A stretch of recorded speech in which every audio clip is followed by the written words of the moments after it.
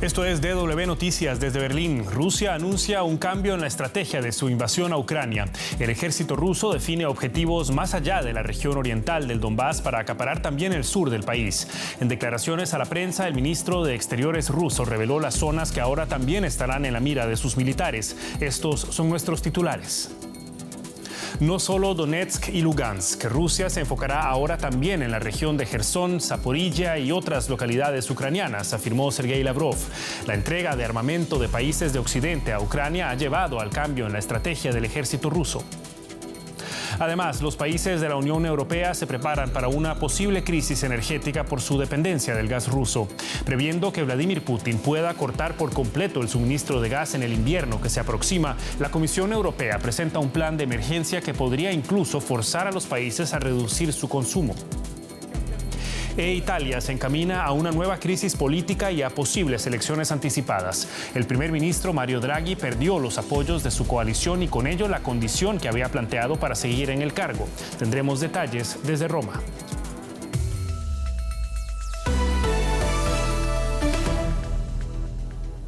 Los saluda Javier Arguedas. Gracias por informarse con nosotros.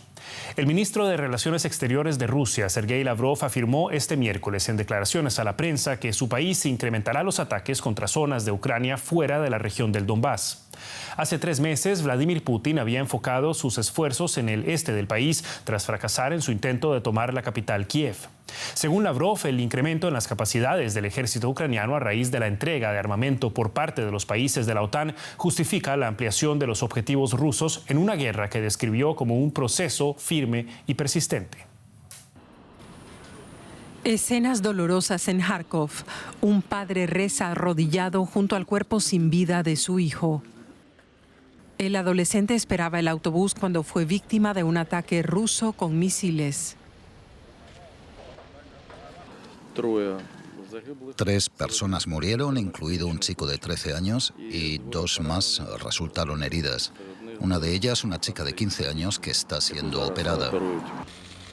Los bombardeos diarios golpean el este de Ucrania, matando a civiles y destruyendo vecindarios. Hubo 2 ataques. Uno impactó aquí, el otro alcanzó una tienda de comestibles al otro lado de la calle.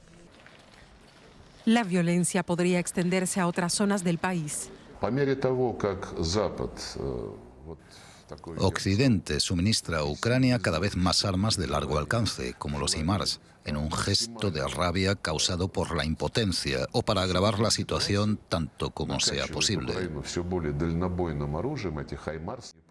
Eso comportará que el marco geográfico de la operación especial se extienda más allá de la línea actual.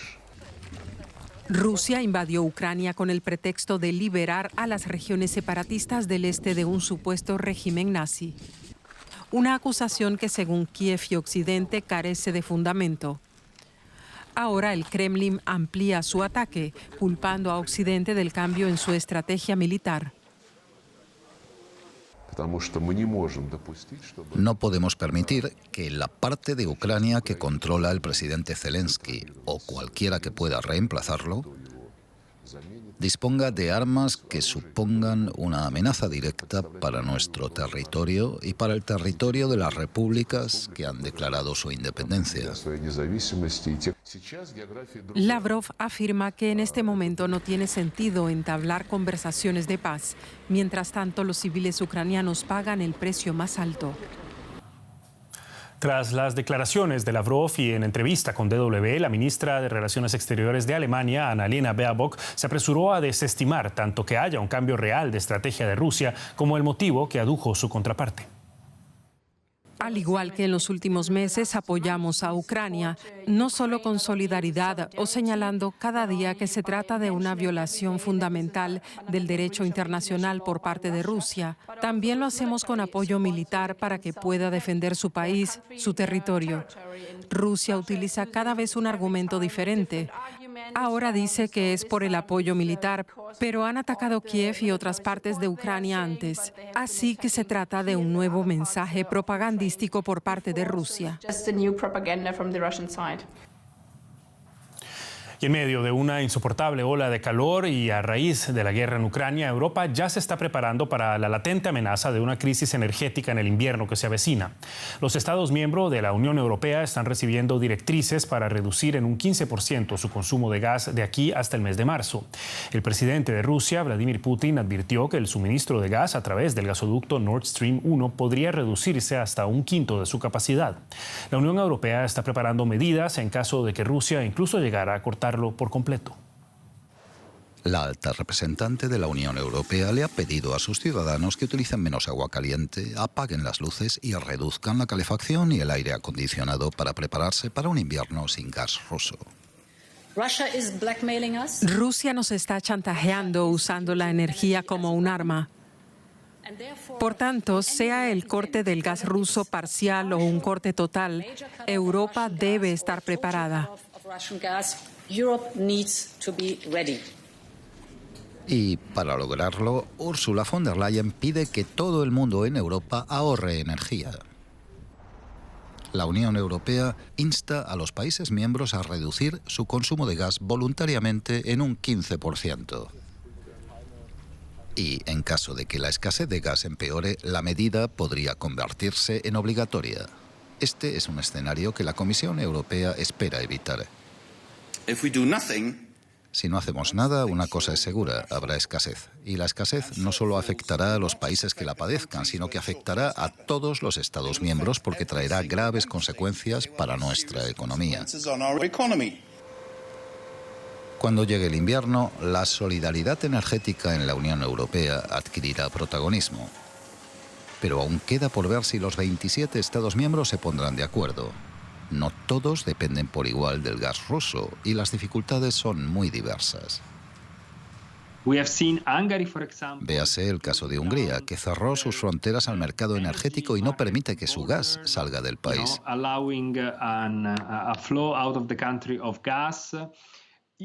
Si este modo de actuar lo adoptan otros gobiernos y los países empiezan a cerrar sus mercados energéticos, vamos a tener problemas. Porque la Unión Europea no podrá recurrir a suficientes fuentes de energía para sustituir totalmente el gas ruso en invierno. Y esto a pesar de los esfuerzos por construir nuevas terminales de gas natural licuado, impulsar las energías renovables y aumentar las importaciones de gas de otros países como Azerbaiyán, por ejemplo. Los niveles actuales de almacenamiento de gas están muy por debajo del objetivo mínimo de la UE del 80%. Tras un tórrido verano, se avecina un invierno muy duro. La periodista María García Sornosa nos acompaña desde Bruselas para brindarnos más detalles de los planes europeos. María, ¿qué tal? Un gusto saludarte. Bueno, este plan es por el momento solo una propuesta, pero ¿qué implicaría y cómo se lograría una reducción del 15% en el consumo de gas? Sí, Javier, como bien dices, es una propuesta y una propuesta que ya nace malherida porque la medida debe ser aprobada por unanimidad por parte de los 27 Estados miembros y hay algunos como España que ya se han desmarcado, que han dicho que no la aprueban. Por eso va a ser muy crucial, muy importante ese Consejo Extraordinario de Energía que se celebrará aquí en Bruselas el próximo martes. En cualquier caso, la propuesta ahorra gas para un invierno seguro que ha visto hoy la luz aquí en la Comisión Europea pasa por obligar a las empresas, pero también a los organismos públicos a que reduzcan un 15% su consumo energético en aire acondicionado o calefacción durante los próximos 8 meses. Se salvan, eso sí, hospitales, colegios o también los hogares. De momento tienen una base meramente voluntaria, pero Bruselas se guarda la opción de hacerla obligatoria en caso de una emergencia, como podría ser si se confirma ese cierre total del grifo del gas por parte de Vladimir Putin. Y todo ello llega además en un contexto de dificultad sobre el terreno de batalla en Ucrania, porque hoy mismo el ministro de Asuntos Exteriores ruso, Sergei Lavrov, ha dicho que los objetivos de Rusia ya no solo se limitan en el este, en el Donbass del país. Ahora, María, la propuesta contempla también lo que llama una red de seguridad para que los países del bloque compartan sus reservas. ¿En qué consiste exactamente? Sí, Javier, pues básicamente se trata en que los países mejor posicionados, bien porque han invertido más en energías renovables, porque tienen más reservas o porque son menos dependientes del gas ruso, estén obligados a compartir con otros mucho más expuestos este suministro energético, con otros como sería, por ejemplo, el caso de Alemania. Es cierto que la guerra en Ucrania, camino ya del 5º mes, está teniendo un efecto muy punzante sobre los consumidores europeos. Por eso es aquí y ahora cuando de verdad esa solidaridad europea entre los 27 Estados miembros se va a poner a prueba, y los precedentes no dibujan un escenario muy optimista, porque hace unos días veíamos, por ejemplo, cómo Viktor Orbán en Hungría aprobaba una medida para prohibir las exportaciones de gas a países terceros para proteger a sus consumidores y a sus industrias. Esto recuerda a los peores fantasmas de la pandemia, cuando algunos países ya hicieron lo propio con la exportación de mascarillas o material de urgencia. Bruselas asegura que ha aprendido la lección, pero está por ver si va a ser así el caso. Ahora, el otro gran frente es, por supuesto, conseguir gas de otros países productores. ¿Qué tan exitosa ha sido la Unión Europea en diversificar sus fuentes de energía en estos meses? Sí, lo decía el propio Josep Borrell, el jefe de la diplomacia europea. Cuando la gente me pregunta a qué dedico la mayor parte del tiempo después de la guerra, es en buscar energía en todos los rincones del mundo. La Unión Europea ha sellado en tiempo récord acuerdos con muchos países, con Azerbaiyán, con Estados Unidos, también con Argelia o Egipto, pero siguen siendo muy insuficientes. No sirven para coger todo ese gas que venía de Rusia. Hay que recordar que antes de la guerra la Unión Europea importaba hasta el 40% de todo el gas solo de un mismo suministrador. De Rusia no había ninguna diversificación, pero además todo ello también está teniendo un impacto geopolítico, porque no es descabellado ver cómo en las próximas semanas o meses la Unión Europea podría virar en esa búsqueda de gas y petróleo hacia otros países como Venezuela o como Irán, con el que el bloque comunitario ha sido muy duro y con el que le ha puesto sanciones muy duras en los últimos años. La Unión Europea intenta hacer frente a una posible crisis energética en invierno. María García Sornosa con los detalles desde Bruselas. Muchas gracias, María. Un abrazo. Y la ola de calor provocada por el cambio climático está causando muertes y destrucción en toda Europa. En Alemania, la temperatura alcanzó el martes los 39 grados centígrados. Se trata del día más caluroso en lo que va del año. En muchos lugares de Europa, las temperaturas alcanzaron cifras récord, lo que agrava los arrasadores incendios forestales que se han salido de control. Científicos climáticos aseguran que el clima extremo es una llamada de atención y que si seguimos quemando combustibles fósiles como el carbón o el gas natural, lo peor estará por venir. El sur de Europa está viviendo una histórica ola de calor. Las temperaturas de más de 40 grados prolongadas ya por más de una semana están causando incendios, deteriorando infraestructuras y obligando a suspender comunicaciones ferroviarias y aéreas. Esta inusual ola de calor ha puesto en situación de emergencia a países poco acostumbrados a estas condiciones climáticas, como el Reino Unido, Bélgica o los Países Bajos. Los incendios están arrasando miles de hectáreas. Solo en España son ya más de 70.000 las hectáreas devoradas por las llamas. Las personas fallecidas superan ya las 1.000 y las evacuadas se cuentan por miles en todo el sur de Europa.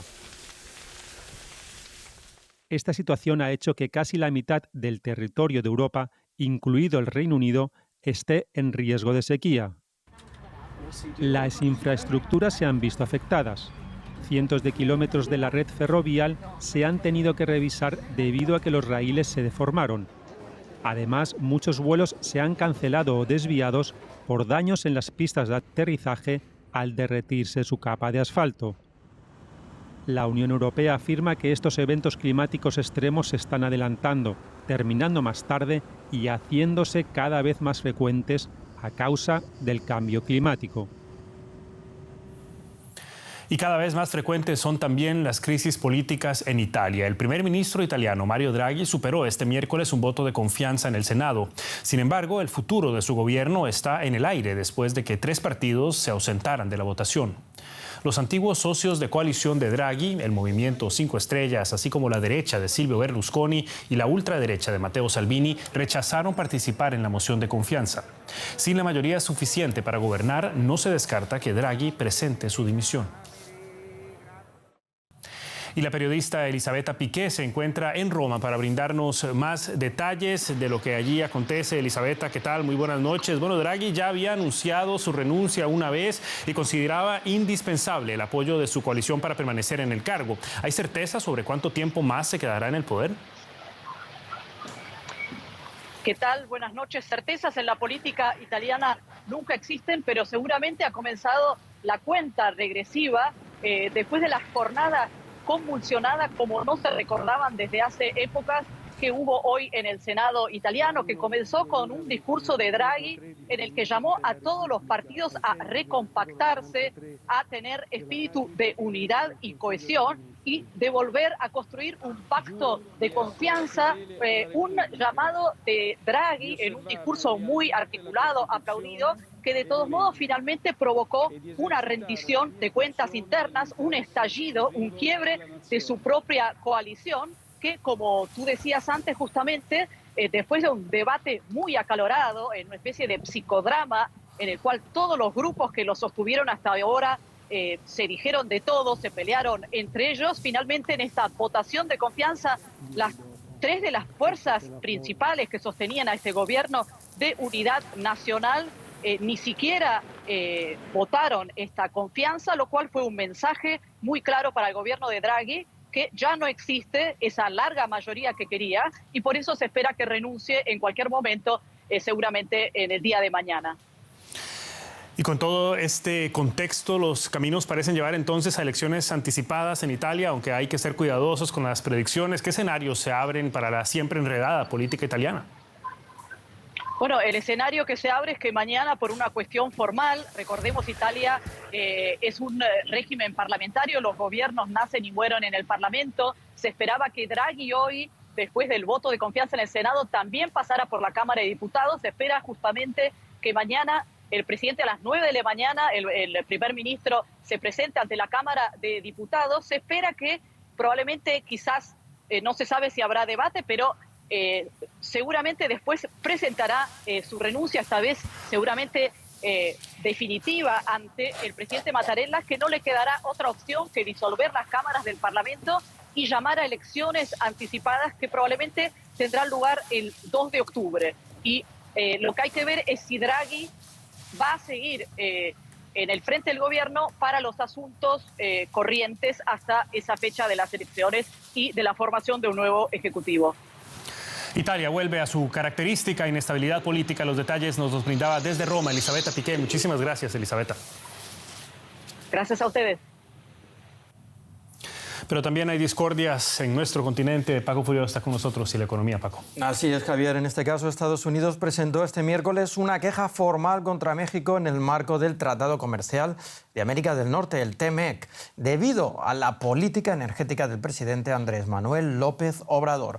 Washington considera que México favorece a las compañías estatales Pemex y Comisión Federal de Electricidad, en detrimento de las empresas estadounidenses. Washington ha solicitado consultas para resolver la disputa, en un primer paso que podría conducir a represalias. En México, la participación privada y extranjera se limita a la fase de generación de energía, mientras la transmisión y distribución son monopolio del Estado. Sin embargo, el gobierno de AMLO intenta recuperar el control estatal sobre la generación de energía, lo cual causa rechazo en sus socios Canadá y Estados Unidos, que junto a España tienen las mayores inversiones en el sector. Jesús García, ¿cuáles son los puntos clave de esta exigencia de Estados Unidos a México? Pues bueno, la oficina responsable de acuerdos comerciales de la administración Biden hoy puso 4 puntos importantes a atender con el gobierno mexicano, que ya ha respondido a esta solicitud y tiene 75 días para tener mesas de negociación. Una es la impugnación de una enmienda del 2021 a la ley de la industria eléctrica de México, que prioriza la electricidad producida por la paraestatal, la Comisión Federal de Electricidad Mexicana. Esto a pesar de que se bloqueó la reforma eléctrica en México. También Estados Unidos, y este segundo punto, critica la inacción y demoras, así como revocaciones a permisos de empresas estadounidenses en México, productoras de energéticos. Y también el tercer punto es que critica la regulación de diciembre de 2019 que otorga a la paraestatal Pemex una prórroga para cumplir una ley que limita el máximo de azufre en sus productos, pero esto solamente aplica para la paraestatal, no para las empresas que tienen trabajos similares. También está impugnando una acción en junio del 2022 que favorece a Pemex y a la CFE sobre los productos, en la red de transporte para gas natural en México. La Secretaría de Economía, como señalé, ya ha respondido esto y establecerá las mesas de negociaciones. Cabe destacar que estas acciones sobre energía han sido defendidas por el presidente Andrés Manuel López Obrador en sus esfuerzos por controlar el precio de energéticos en México, principalmente el gas y la gasolina. ¿Y crees que estos reclamos pueden afectar el TEMEC? Sin duda complica la relación comercial entre México y Estados Unidos en materia energética, aunque cabe indicar que las audiencias son una etapa primaria de negociación no punitivas y pueden llegar a acuerdos de cara al diálogo de alto nivel que se realizará en septiembre, el diálogo económico de alto nivel. Ahora bien, no hay coincidencias en este reclamo, ya que hoy el presidente Joe Biden presentó sus acciones ambientales después de que el Congreso bloqueara su propio proyecto ambiental en los Estados Unidos. Adicional a ello, hay que recordar que hace 2 semanas la secretaria de Economía mexicana, Tatiana Cloutier, recibió reclamos de su homóloga canadiense justamente por acciones similares. Es decir, tanto Estados Unidos como Canadá se expresan inconformes por la política energética mexicana y eso evidentemente es un problema para el gobierno de López Obrador, que hoy dijo que no hay ningún problema, pero deberá atender estos reclamos. Gracias, Jesús, desde Nueva York. Hasta luego.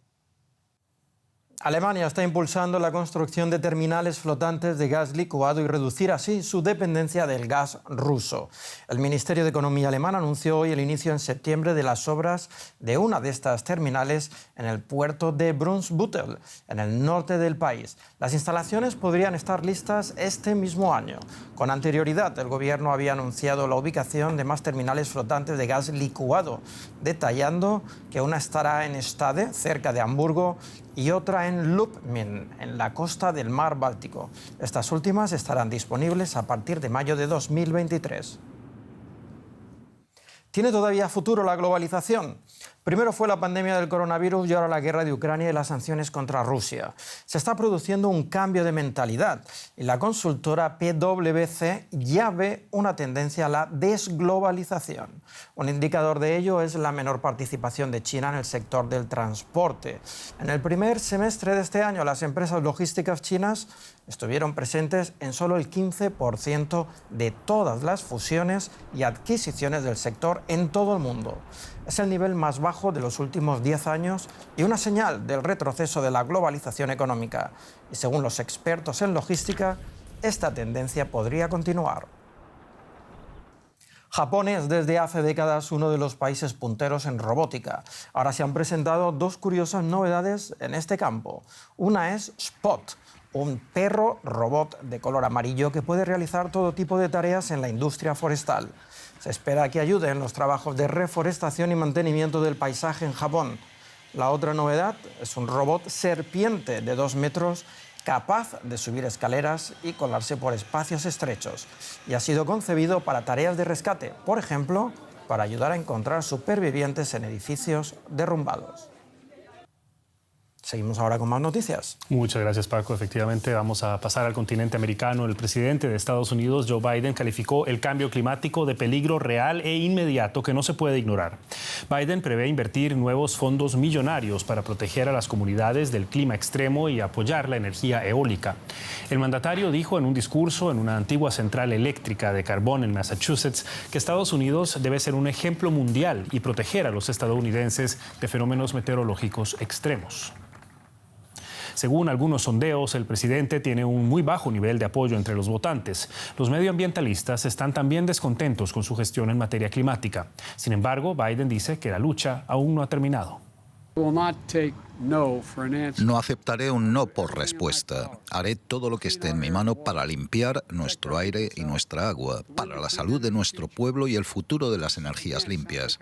Sé que suena exagerado, pero nuestros hijos y nietos cuentan con nosotros. No es una broma.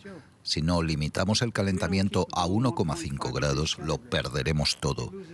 No lo estamos logrando y el mundo cuenta con nosotros.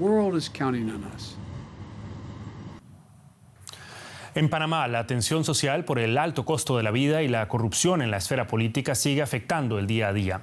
Ya son semanas de protestas y bloqueos de carreteras en las mayores manifestaciones ciudadanas en varias décadas.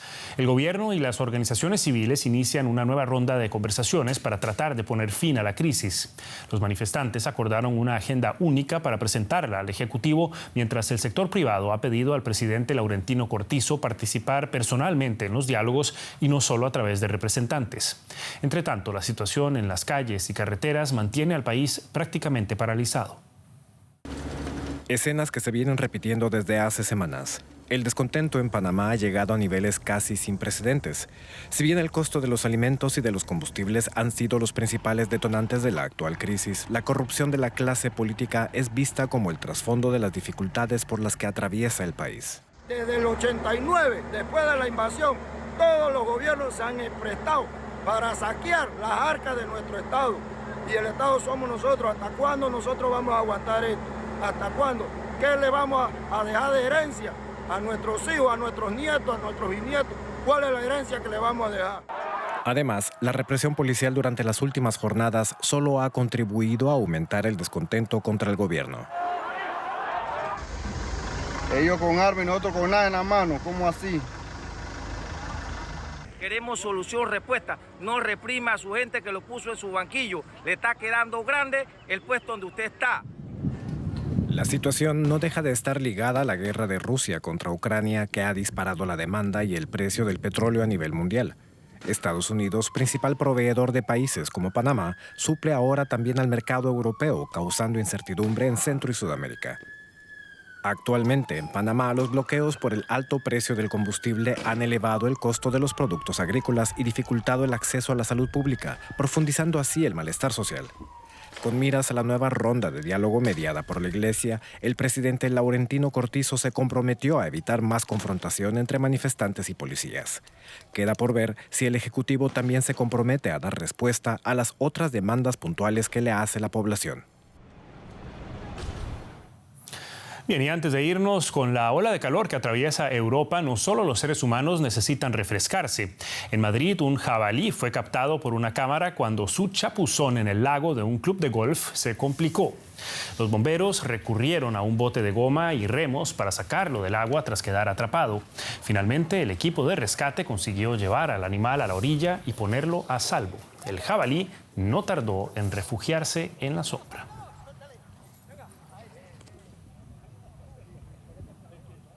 Y con esto llegamos al final de esta edición de DW Noticias. Gracias por habernos acompañado. Recuerden mantenerse al tanto de la actualidad en nuestro sitio en internet dw.com, buscarnos en nuestras redes sociales o descargar la aplicación de DW Noticias. Hasta una próxima ocasión. Que lo pasen muy bien.